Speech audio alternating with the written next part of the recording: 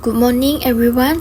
Today we will present our analysis and recommendation for Technova solutions, focusing on the key areas of leadership, motivation, and communication. Let's first understand the situation.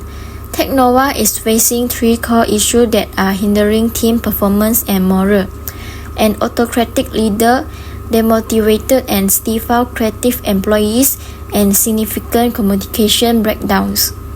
Alright, for this part, let's look at the leadership style shown in the case. From the situation at Technova, it's quite clear the project manager is using an autocratic leadership style. Basically, this means the leader makes decisions on their own without really asking for opinion or involving the team. We can see this from the case statement that say the project manager tend to make decisions independently with very little team involvement. So based on the evidence, the leadership style used here is autocratic. Since the autocratic style caused some issues, here are two leadership approaches that will work better from Technova. The first one is democratic or participant style. This style simply means the leader invited the team to join the decision making, and this would fit Technova better because the project requires creative, fresh idea, and teamwork. By involving the team, it encourages innovation and helps everyone feel more committed to the project. And the second approach is transformational leadership. Transformational leaders inspire and motivate the team to do their best.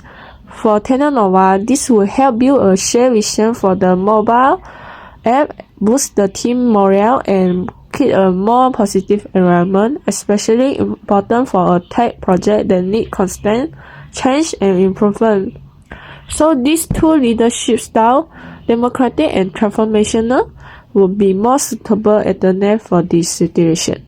How to identify appropriate motivation theories to enhance team morale and performance. First of all, it's about Maslow hierarchy of needs. Okay, when we talk about Maslow hierarchy of needs, this theory explains that people are motivated in stages, which is they starting from basic needs and moving upwards. The first level is psychological needs. These include basic things like having fair salary, rest breaks, and a comfortable workspace. If these needs are not met, employees cannot focus or feel motivated. And the second level is safety needs. This includes job security, a safe working environment, and knowing that the company provides stability. When employees feel safe, they will work with more confidence. The third level is social needs. Humans naturally want to belong. When we talk about humans naturally want to belong is in a team, this means having supportive co-workers, teamwork, and positive relationship. Good team bonding can greatly increase morale. The fourth level is esteem needs. Okay, this is about recognition and respect. Employees want to feel value. Simple actions like praising good work or acknowledging achievement can boost confidence and motivation. It kind of words that will feel motivated. And finally, the highest level is self-actualization. What does self-actualization? Self-actualization is when employees feel they can grow, develop new skill, and reach their full potential. Giving opportunity for training, leadership role, or challenging tasks help them achieve this. Next is about MC Gradual, Theory X, and Theory Y. Okay, this theory explains that Theory X assume employee dislike work, avoid responsibility, and need strict supervision.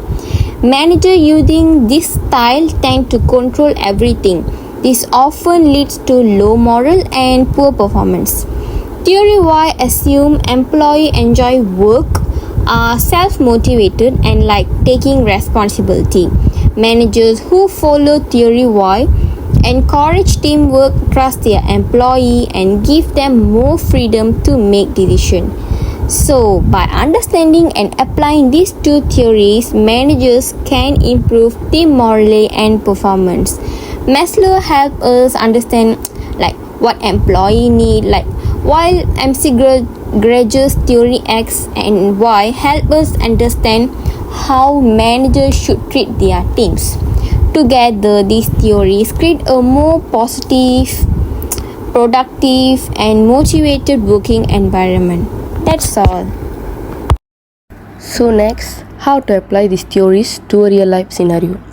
On this slide, I will explain how we can apply Maslow's hierarchy of needs and theory X and theory Y to a real working situation. First of all, psychological needs. For the psychological needs, the management must make sure employees have the basic things they need, for example, proper tools, a comfortable workspace, and a fair workload. Next is safety. Managers should provide clear expectations and a safe environment and avoid unnecessary pressure or fear. For the third one, social needs, team bonding and open communication help employees feel included and supported.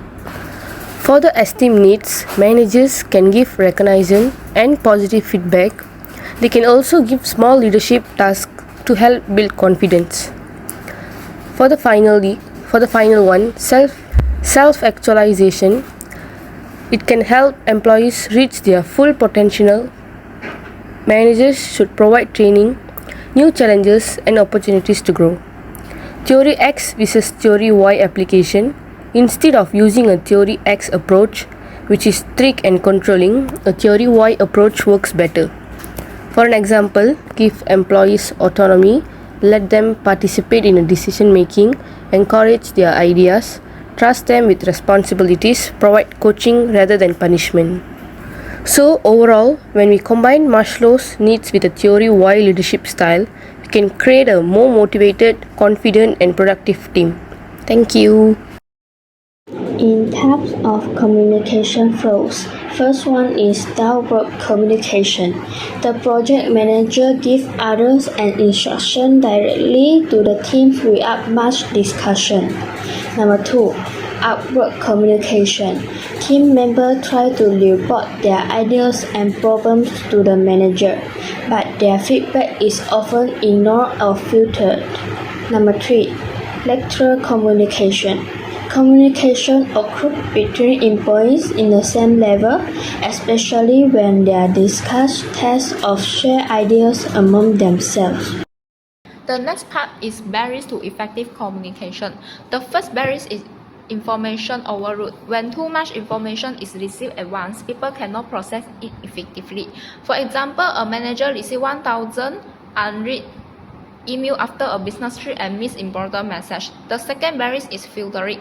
When the sender deliberately manipulates information to make it appear more favorable to the receiver. Example is an employee tells the manager only the good result of a project and hides the problem.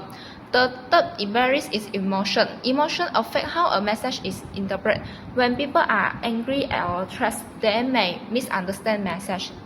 The next barrier is language. Different word jargon or meaning can cause misunderstanding. And the barrier is silence. Lack of response or communication can send mixed signal and create uncertainty. For instance, when an employee stays silent during meeting, others may think they disagree or don't care. The last barrier is national culture. Cultural difference influence communication style. For example, Japanese people prefer face-to-face communication, while Americans are more direct and rely on written message. And the strategy to overcome communication barriers is use feedback. Manager can ask questions or let employees restate the message to ensure understanding. Feedback helps avoid misunderstanding and confirm that the message is clear. The second strategy is simplify language. Use simple and clear words based on the audience level. Avoid jargon or compliance terms that may confuse employees from different departments or backgrounds. The third strategy is listen actively. Pay full attention to the speaker without interrupting or judging. Active listening helps managers understand the full meaning and avoid wrong interpretation. And the last strategy is constrain emotion. Control emotion before communicating. Staying calm help manager express ideas clearly and prevent emotional misunderstanding.